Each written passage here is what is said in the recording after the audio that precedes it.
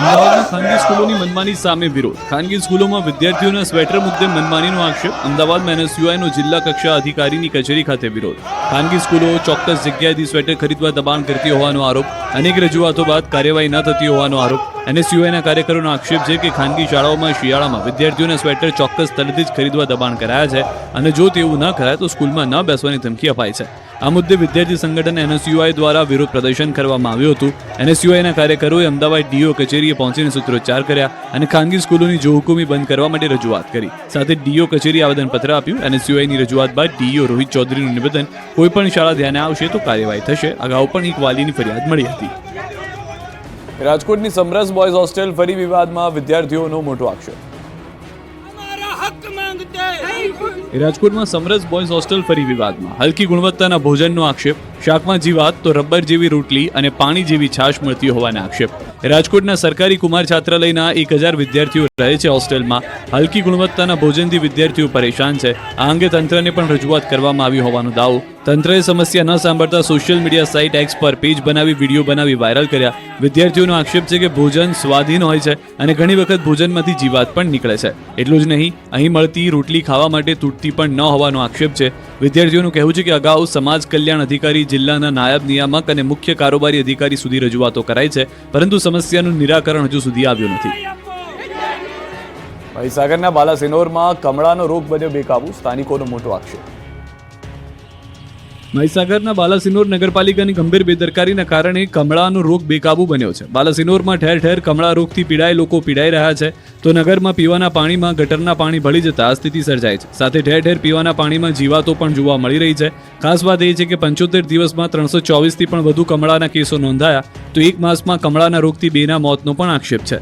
સ્થાનિકોનો આક્ષેપ છે કે છેલ્લા કેટલાય સમયથી નગરમાં કમળો કહેર ફેલાવી રહ્યો છે. અહીં સ્વચ્છતા માટે કરોડોની ગ્રાન્ટ મળે છે, છતાં સ્વચ્છતાના નામે મીંડું છે. શહેરીજનો આ મામલે યોગ્ય તપાસની પણ માંગ કરી રહ્યા છે. આ તરફ પાલિકા ચીફ ઓફિસરના મતે રોજ જે લીકેજની રજૂઆતો આવે છે તે તાત્કાલિક સમારકામ કરીએ છીએ. શહેરમાં 1980ના સમયની ગટર લાઈનો હોવાથી આ સમસ્યા બને છે. શહેરમાં નવી ગટર લાઈનોની કામગીરી ચાલુ છે, તો શહેરમાં 10 દિવસથી પાણીપુરીની લારીઓ બંધ કરાઈ હતી અને મોત નિપજવાને કારણે ફાસ્ટ ફૂડની લારીઓ પણ બંધ કરાઈ છે. પાલિકાના મતે શહેરમાં સફાઈની કામગીરી પણ ચાલી રહી છે. ક્રિસમસ પહેલા સુરતમાં હિન્દુ સંગઠનોની ચેતવણી. 25 ડિસેમ્બરે આવી રહેલા ક્રિસમસના તહેવારને લઈને સુરત જિલ્લાના હિન્દુ સંગઠનો સક્રિય બન્યા છે. સુરત જિલ્લા હિન્દુ સંગઠન દ્વારા શૈક્ષણિક સંસ્થાઓના સંચાલકોને ચેતવણી આપવામાં આવશે. હિન્દુ સંગઠનોનું કહેવું છે કે જો કોઈ પણ સ્કૂલ કે કોલેજમાં ક્રિસમસ પર્વની ઉજવણી કરવામાં આવશે તો તેનો ઉગ્ર વિરોધ કરવામાં આવશે. સુરત જિલ્લા હિન્દુ યુવા સંગઠનના આગેવાન જય પટેલે આ વિવાદિત નિવેદન આપ્યું છે. તેમણે શૈક્ષણિક સંસ્થાના સંચાલકોને અપીલ કરી છે કે બાળકોને સાન્તા ક્લોઝના વેશમાં નહીં, પરંતુ મહારાણા પ્રતાપ અને છત્રપતિ શિવાજી મહારાજ જેવા મહાન પુરુષોની વેશભૂષા ધારણ કરાવવામાં આવે. જ્યાં શાળામાં કોઈ ખ્રિસ્તી ધર્મના વિદ્યાર્થીઓ જ નથી, ત્યાં ક્રિસમસની ઉજવણી કરવાનો કોઈ અર્થ નથી. મનરેગા યોજનામાં કૌભાંડ મામલે 15 વર્ષ બાદ 4 સામે ગુનો દાખલ. રાજકોટના ધોરાજીના ફરેણીમાં મનરેગા યોજનામાં ભૂતિયા મજૂરોના કૌભાંડમાં 15 વર્ષ બાદ 4 સામે ગુનો નોંધાયો છે. તત્કાલીન મહિલા સરપંચ, તલાટી અને 2 માસ્ટર ક્લાર્ક વિરુદ્ધ ધોરાજી પોલીસ મથકે ફરિયાદ નોંધાઈ છે. એક જ સમયે એક જ શ્રમિકને 2 અલગ અલગ સ્થળે કામ કરતા બતાવી સરકારી તિજોરીને ચૂનો લગાવી ભ્રષ્ટાચાર આચર્યો હતો. શ્રમિકોના ખાતામાં રકમ જમા થયા બાદ સરપંચ પોતે નાણાં પરત ઉઘરાવી લેતા હોવાનો પણ ઘટસ્ફોટ થયો. તો વળી સરપંચ અને તલાટીએ ભ્રષ્ટાચાર સાબિત થતા અગાઉ રકમ સરકારમાં જમા કરાવી દીધી હતી. આ મામલે ATDDO રાજેશભાઈ કામરિયાએ ફરિયાદ નોંધાવી છે, જેમાં ભ્રષ્ટાચાર નિવારણ અધિનિયમ હેઠળ કાર્યવાહી કરાઈ છે. ગંભીર ગેરરીતિઓ મામલે 15 વર્ષ બાદ પોલીસ ફરિયાદ નોંધાતા ચકચાર મચી જવા પામી છે. રાજકોટના જંગલેશ્વર વિસ્તારમાં સતત 2 દિવસથી દબાણ હટાવ કામગીરી. રાજ્યમાં દબાણ હટાવો ઝુંબેશ ચાલી રહી છે, જે અંતર્ગત ઘણા શહેરોમાં સરકારી જમીન પરથી દબાણ હટાવવાની કામગીરી કરવામાં આવી રહી છે. ત્યારે રાજકોટમાં પણ દબાણ હટાવો ઝુંબેશ હેઠળ કાર્યવાહી શરૂ થઈ છે. જંગલેશ્વર વિસ્તારમાં સતત 2 દિવસથી તંત્ર દ્વારા મકાન ધારકોને નોટિસ આપવામાં આવી રહી છે. ગઈકાલે 500 મકાન ધારકોને નોટિસ અપાઈ હતી અને અંદાજે 900 મકાન ધારકોને નોટિસ ફટકારવામાં આવી રહી છે. જો મકાન માલિકો માલિકી અંગેના પુરાવા રજૂ નહીં કરી શકે તો આગામી દિવસોમાં કાયદાકીય કાર્યવાહી થઈ શકે. 29, 30 અને 31 ડિસેમ્બરની તારીખ સુધીમાં જેમને નોટિસ આપવામાં આવી છે તે મકાન માલિકોએ માલિકી અંગેના દસ્તાવેજો સાથેના પુરાવા આપવાના રહેશે. બીજી તરફ સ્થાનિકો વૈકલ્પિક વ્યવસ્થા કરી આપવામાં આવે તો મકાન ખાલી કરવાની વાત કરી રહ્યા છે. સ્થાનિક મામલતદારે કહ્યું કે જે લોકો મકાન માલિક અંગેના પુરાવા રજૂ નહીં કરી શકે તેમની સામે કાર્યવાહી કરવામાં આવશે. છોટાઉદેપુરમાં હાઈવે પર ખાડા, ગ્રામજનોએ ઝાડ નાખી કર્યો ચક્કાજામ. 3-4 જણા મરી ગયા છે. એનું આહેલું તમે દેખ્યું જ છે અહીંયા કે આ બધું કરી ગયા છે, 2 જણ મરી ગયા છે અહીંયા. આ રસ્તા પર ખાડા પડ્યા છે તે અમે માંગ કરીએ છીએ કે આ રસ્તાના ખાડા પૂરે કાં તો નવો રસ્તો બનાવે. છોટાઉદેપુરથી બારિયાને જોડતા સ્ટેટ હાઈવે 62 પર ખાડાઓના કારણે ચિલરવાડના ગ્રામજનો પરેશાન છે. તેથી રોષે ભરેલા ગ્રામજનો વિરોધ નોંધાવ્યો.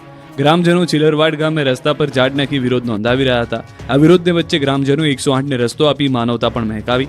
જે બાદ છોટાઉદેપુરની સ્થાનિક પોલીસ દ્વારા ગ્રામજનોને સમજાવી રસ્તો ખુલ્લો કરવામાં આવ્યો. જો કે ગ્રામજનો વહેલી તકે ખાડાઓ પૂરવા કે નવો રસ્તો બનાવવા માંગ કરી રહ્યા છે, કારણ કે દરરોજ અહીં ખાડાના કારણે અકસ્માતો થઈ રહ્યા છે. અમદાવાદમાં હવે જાહેર પરિવહનનો ઉપયોગ હવે કોમન કાર્ડથી કરવામાં આવશે. અમદાવાદવાસીઓ માટે ખૂબ જ સારા સમાચાર. હવે BRTS, AMTS અને મેટ્રો માટે એક જ કોમન કાર્ડથી મુસાફરી કરી શકાશે. અમદાવાદ મહાનગરપાલિકાએ મહત્વપૂર્ણ નિર્ણય કર્યો છે. આગામી સમયમાં BRTS અને AMTSની માટે કોમન કાર્ડ એટલે કે કોમન ટિકિટ રહેશે.